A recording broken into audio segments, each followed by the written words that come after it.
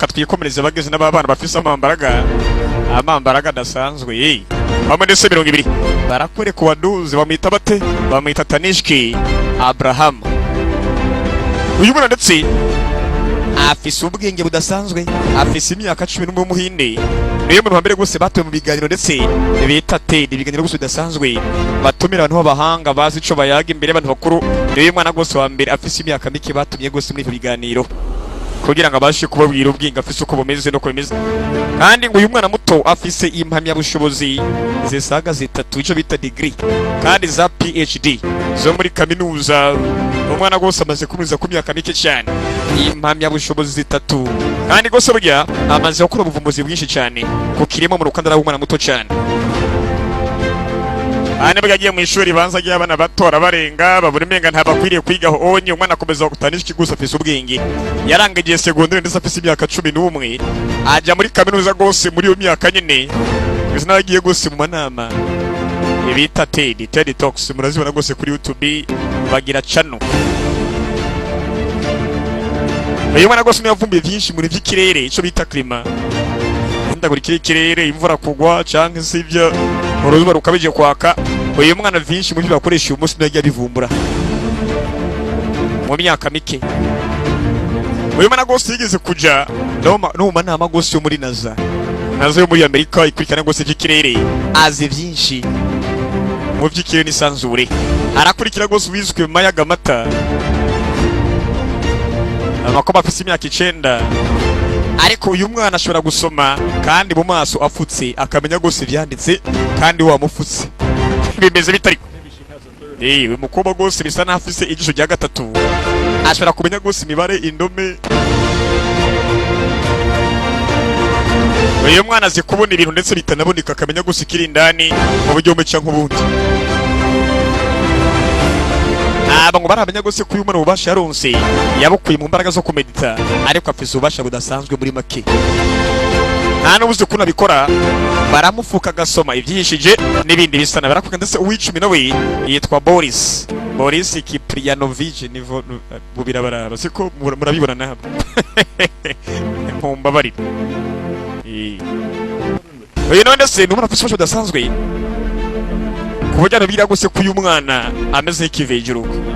Abantu bibira ko atatutse kuri isi uyu mwana bibira ko yaturutse ahandi hantu kubera ububasha afise. Yabakibira ko uyu mwana gose yavukiye ku mubumbe bita Marseille kubera afise ubumenyi bwinshi kuri uwo mubumbe kandi ku myaka mike cyane.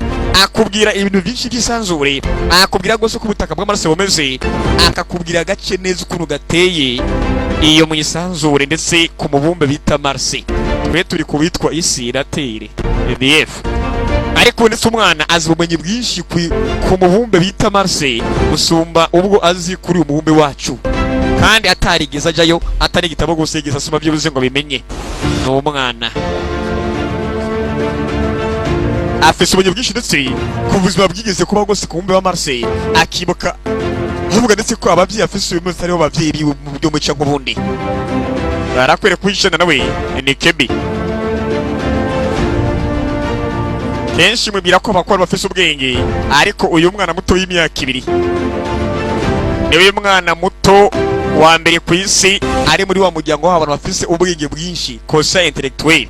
Ane gose apima ubwonko bwawe bakamenya gose quotient cyangwa igipimo cy'ubwenge bwawe ico bita high IQ cyangwa se quotient intellectuel gose iri hejuru cyane. Sasa ku isi ari umuryango w'abantu b'abanyabwenge nyene bafise quotient intellectuel gose iri ku rwego rukomeye. Uyu mwana muto y'imyaka 2 niwe mwana muto, niwe munyamuryango muto cyane abarizwa muri umuryango w'abantu bafise quotient intellectuel iri ku rwego ruhambaye cyane. Ata abana benshi bugiye batambuka amaze kwiza imyaka ingahe, ariko uyu mwana gose ngo ararenze, azi byinshi ku buryo quotient intellectuel gose ihera hafi ku 141 kuduga. Akaba ndetse ari umwana afise ubwenge gusumba quotient intellectuel gose ya Obama ndetse n'uyu mugabo wundi David Cameron yigeze kuba ndetse yigeze kuba shikiranganje w'Ubwongereza. Kana gato ndetse gafise quotient intellectuel IQ iri hejuru isumba ni ya Obama mu bwenge, mu ngano y'ubwenge ndetse na David Cameron. uyu mwana gose gifise amezi make uruhinja yarafise ubasha bwo kuvuga. Mwana muto munyumvire barakurikira gose ubitswe Ben Underwood. Ben Underwood nawe n'umuretse wana afise ubasha budasanzwe yigeze gukora gose kanseri mu maso kugira ngo agende. Uyu musore gose abasha kugenda kureje ububasha bita ecolocation bakundi gose nk'ubwa gacurama ukarumika gose ijwi imbere ejo yakubita imbere ku rukuta gacurama hakamenya canke se agahunga rema kakamenya gose ko imbere hari inzitizi chauve souris agahunga rema. Uyu musore gose nawe Beni kugira ngo abashe kugenda neza yisunga ecolocation canke se kurungika ijwi yakubita imbere akamenya ko imbere hari inzira canke ko atagyo. Uyu mwana gose ngo yagwaye kanseri mu maso biba ngomba ko ahuma burundu. Uyu mwana ndetse ashaka kuyobora kandi ubona kandi ntiyitega. Abantu benshi bitwaza umwana ikiyo bahumye ariko uyu gose akoresha ecolocation.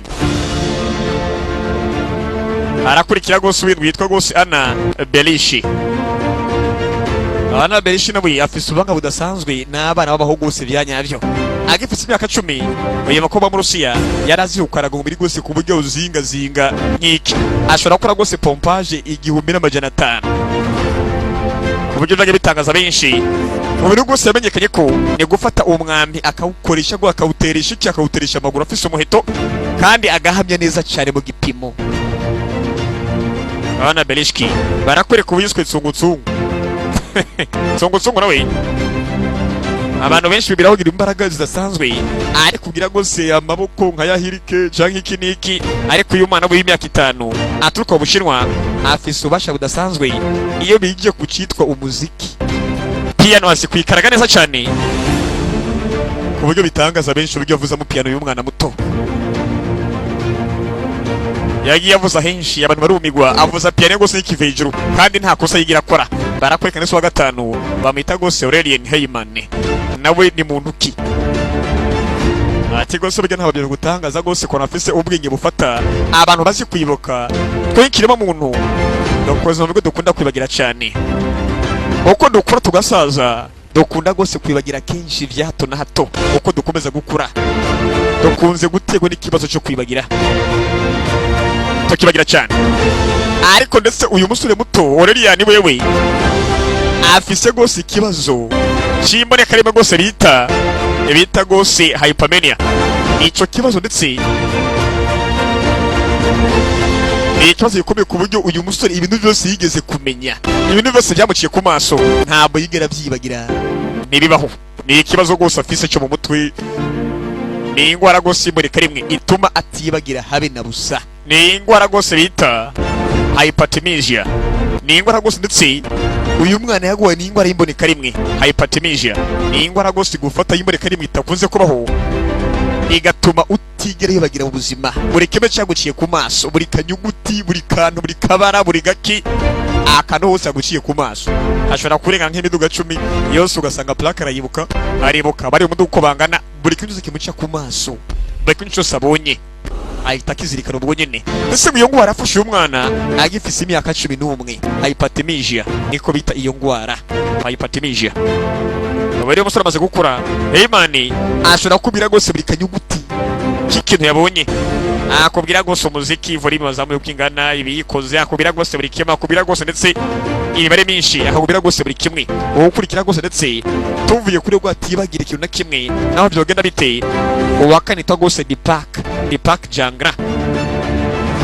Deepak Jangra no mwana gose imyaka 11 ubuhinde gose abahinde bamwise gose electro kanyamashanyarazi kanyamuyaga nkuba. Uyu mwana gose aratangaje ku buryo ashobora gose gushira kuri ni volte zisaga 1000 n'igihumbi nangahera volte nyinshi cyane umwana ashobora kuyishira ku rurimi agashira kuri mi gose volte zisaga 1011 agashira ku rurimi kandi ntihagire n'icyaba byagenze bite z'umuyaga nkuba. Umuri we ndetse iyo uteretse ko na testere urabona ko testere gose iri kwiraka umwana gose na n'umuyaga nkuba wigendera n'umwana bahapana vya filime mw'abantu mwe bamita gose mashanyarazi urumva bamwise electro mu buhinde. Ashobora gufata ndetse amasinga ari mu muyaga nkuba upima kuri vote hafi ibihumbi 11 ntiyagira icyaba. Niyo ufashe gusa ndi tester ugashira mu mubiri w'umusore iraka.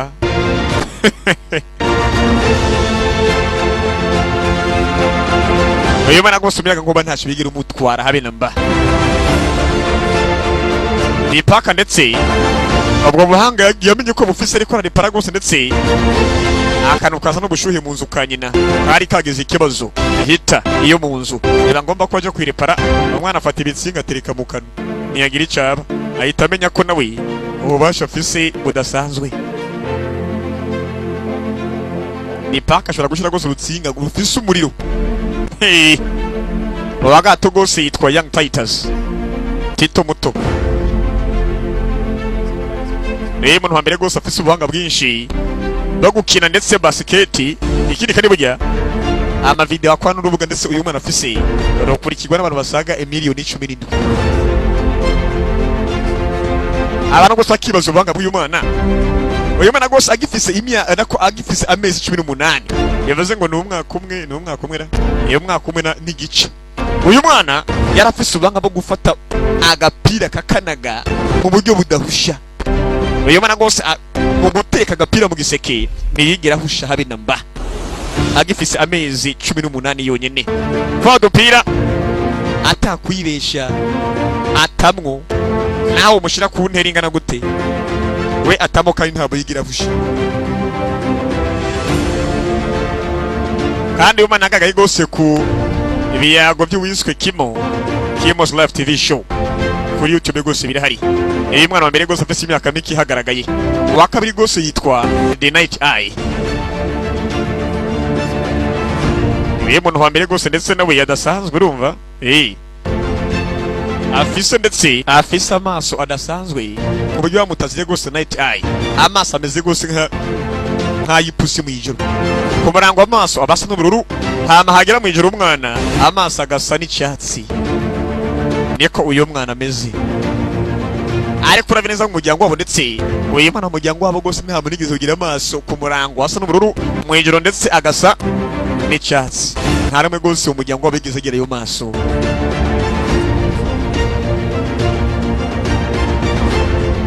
Kandi uko bigaragara igitangaje kuri umwana nuko yageze mu ijoro abasha kubona neza nko ku murango.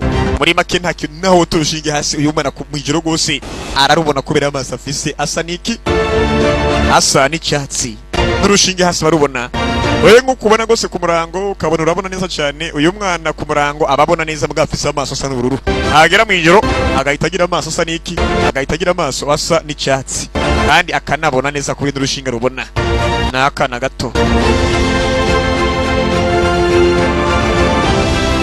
Bana bagira ibitangaza byinshi bavukanye ububasha karemano ku buryo bajya mita gose ngo ni haje bamwita ngo ni ari barakwerekana se uwundi nawe wa nyuma bamita gose Emma tablette.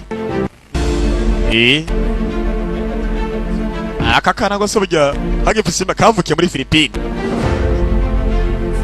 Aka gose akiri wabo ngo higeze kuba gose ikibazo inzu y'umubanyi ifatwa ndetse n'imiriro. Umucoge gose umwana muto yitwa Emma umwana bwiwe yakuze atinya imiriro, ariko kubera ingaruka zo gutinya imiriro byarangiye gose umwana asigaye atanguza imiriro nawe. Uyu muntu gose agenda turira bikanakomera. Umwana gose yarakaye umwiro gose uhita wicana. Muri make ameze nk'ikibiriti kidomeka. Kana kakure muri Philippines. Polisi yakomeje kubaza gose abavyeyi b'uwo mwana.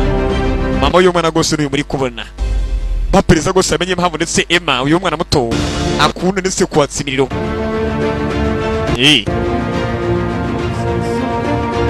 Bavuze ko ndetse impamvu uyu mwana Emma yagize ikibazo cyo guteza imiriro nuko afise ikigora bita pyrokinesis. Ni ikigora gituma ndetse abantu barikura imiriro.